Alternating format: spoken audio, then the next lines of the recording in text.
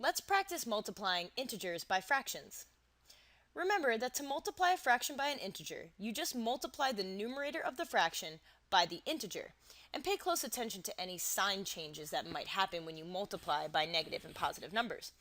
So here's the first problem, and you have the integer -3 being multiplied by the fraction 5/6. So to do this, you're going to multiply the integer, -3, times the numerator of the fraction, which is 5, and you're going to put that over the denominator of 6. -3 times +5 equals -15, and you keep the same denominator, so -15 over 6. And you can simplify this by dividing the numerator and denominator by +3. So -15 divided by +3 is -5, and 6 divided by +3 is 2. So what you have here is the fraction -5 over 2, or -5/2. And you could also think about this. This is equivalent to the fraction +5 over -2. Both of these are ways that you can express this fraction. The sign can be on the numerator or denominator, but the fraction itself altogether is negative. Now this is different than if you somehow ended up with -5 over -2. In this case, you have a negative number divided by a negative number, and this would turn out to be positive, or +5/2. Now think about what we just did. We multiplied a fraction by an integer, which means that we found a fraction of that whole number. So this is the answer, right? You got -5/2.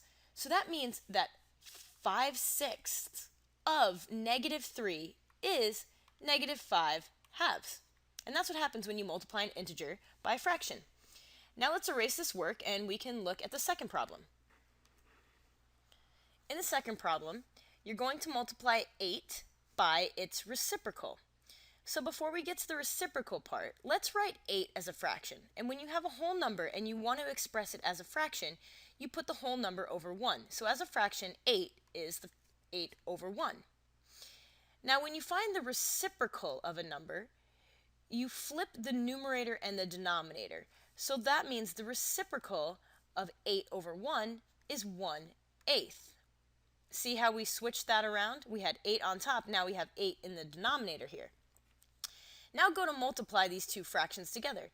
So when you normally multiply fractions, you have the two numerators multiplied by each other. That becomes the new numerator. And then you have the two denominators multiplied by each other. That forms the new denominator. So 8 times 1 is 8, and 1 times 8 is also 8. 8 over 8 is the same thing as 8 divided by 8, which equals 1. Now notice what happened. You multiplied a whole number by its reciprocal. And the reciprocal of the whole number was basically a unit fraction here, right? 1 was in the numerator, and the whole number goes into the denominator. When you multiplied 8 times 1 over 8, you got a product of 1. So anytime you multiply a number by its reciprocal, the product is 1. Thanks for watching.